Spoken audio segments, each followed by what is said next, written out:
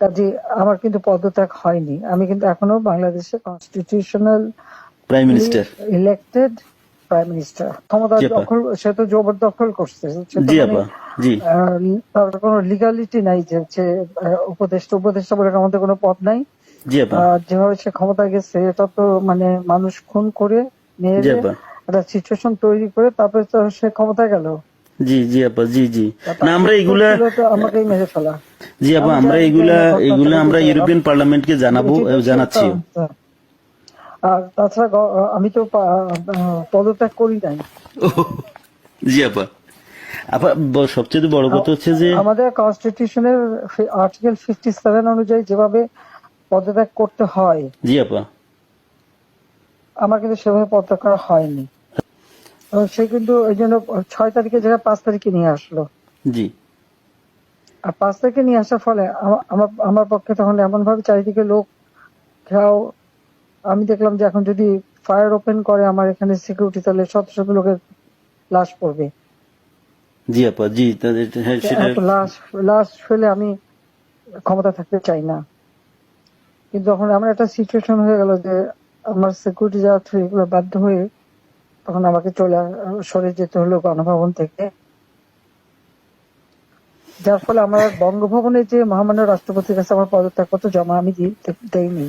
জি আপা। কাজে আমার কিন্তু পদত্যাগ হয়নি। আমি কিন্তু এখনো বাংলাদেশে constitutional prime minister. Elected prime minister. জি আপা। আমি আসলে দেশে কাউকে, এমনি কিছু পাবলিশ করতে দেয় না, কিন্তু এমনি তো জি আপা। ফেসবুকে বা এসে বেশ কিছু ডকুমেন্ট ওরা নিজেও দিচ্ছে যে কিভাবে মানুষ মারছে, জি খুন জি আপা। জি করছে, জি এগুলো আপা। তো আছে। জি জি আপা।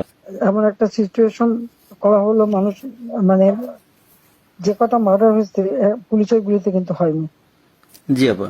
কিলিং, ওদের ওদের মুভমেন্টের ভিতরে কিলিং এজেন্ট ছিল। জি আপা।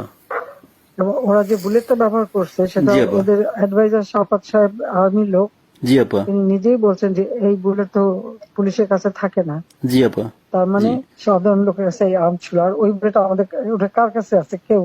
এবং আজ পর্যন্ত এই বুলেট সম্পর্কে কোনো তদন্ত নেই, বা এই রাইফেল কে ব্যবহার করছে কোনো তদন্ত নেই। এমনকি কিছু লোক, পুরুষ মানুষ জি বোরখা আপা। পরা, জি পুরুষ মানুষ বোরখা পরে জি আপা।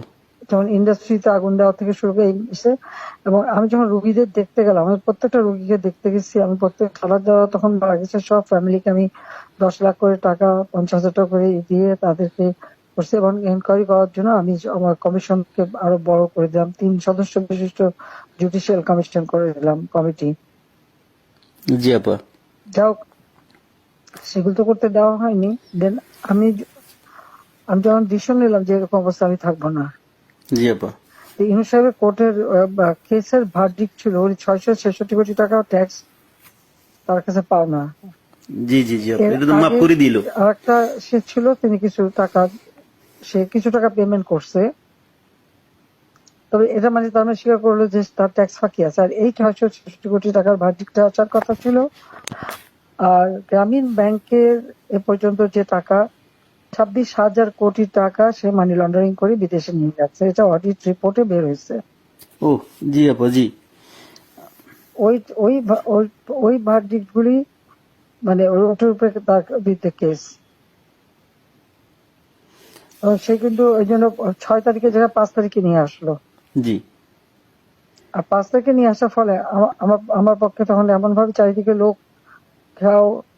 আমি দেখলাম যে এখন যদি ফায়ার ওপেন করে আমার এখানে সিকিউরিটি, তাহলে শত শত লোকের লাশ পড়বে।